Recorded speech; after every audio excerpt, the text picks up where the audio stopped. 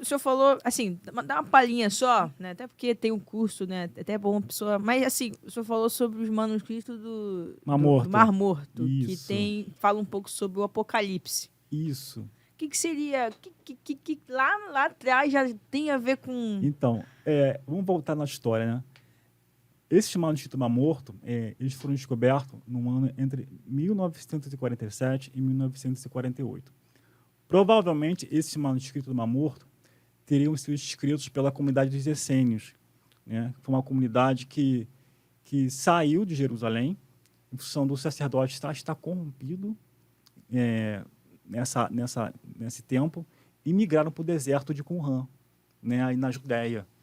E eles tinham, né? Eles se consideravam, né? Os únicos, em função, como estava muito contaminado, em função do pecado, o sacerdote de Israel estava muito fora de um contexto espiritual, ele se isola no deserto. Por quê? O deserto, para o povo judeu também, tem um significado de purificação. Né? Não é só de batalha, como nós vemos aqui. Está no deserto, está na batalha, não. Para o povo de Israel, o deserto tem um significado também de purificação. Então, eles migram para o deserto para se purificar, para se isolar, para se afastar do contexto que estava acontecendo, os fatos, na época, na capital, Jerusalém. Eles começam a escrever vários documentos, vários documentos. Né? Documentos esses que estão, uns não, são documentos da própria comunidade mesmo, textos relacionados à Bíblia e outros tipos de documentos que não estão relacionados à Bíblia.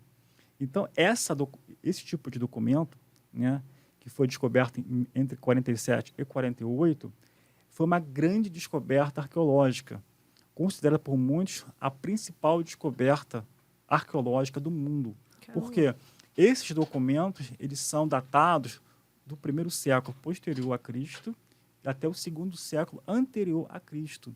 Então, havia uma grande quantidade de informações nesses documentos, nesses manuscritos, que eram desconhecidos por muitos, até pelos próprios judeus mesmo.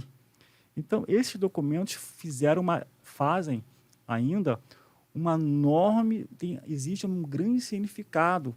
Tanto é que quando as pessoas vão em Israel, vão em Qumran, vão no museu, que é o Museu de Israel, onde estão guardados esses documentos, né? E existem cópias no museu para as pessoas verem, que os originais ficam normalmente em cofre, né? Fizeram uma releitura da Bíblia. E essa releitura, as pessoas passaram a ter uma outra leitura, compreensão dos textos sagrados. Inclusive, possivelmente, né, o profeta João Batista, aquele que inicia ali a parte profética do Novo Testamento, aquele que batizou Jesus, possivelmente João Batista, numa comprovação em relação a isso, não podemos negar nem afirmar, mas possivelmente João Batista, que ele foi criado no deserto, possivelmente João Batista seria um essênio também. Né? Por quê? As suas práticas religiosas, as suas palavras, né? A sua teologia. O que seria um essênio? Essênio é uma seita judaica. Né? Dentro do judaísmo há várias seitas. E quando se fala de seita, são grupos de conceitos religiosos, não, com pensamentos diferentes.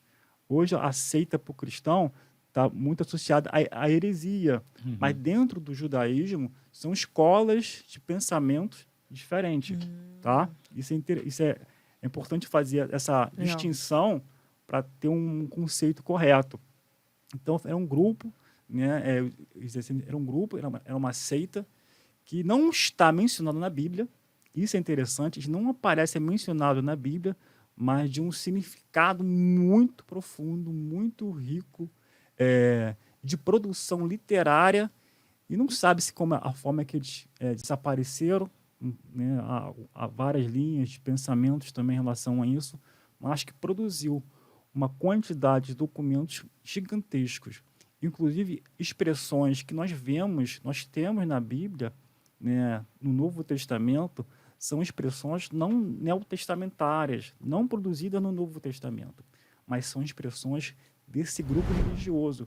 Como essas expressões estão aparecem no Novo Testamento, não se sabe, Mas que tipo de expressão?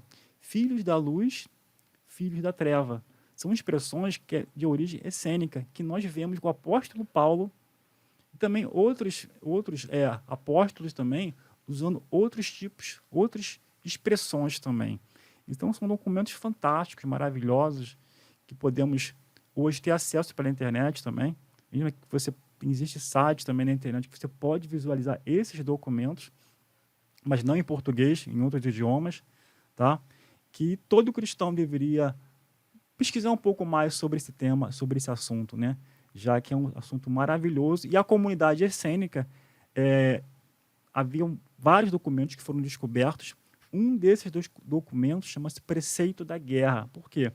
Eles tinham uma visão escatológica também, de uma grande luta entre o bem e o mal, né?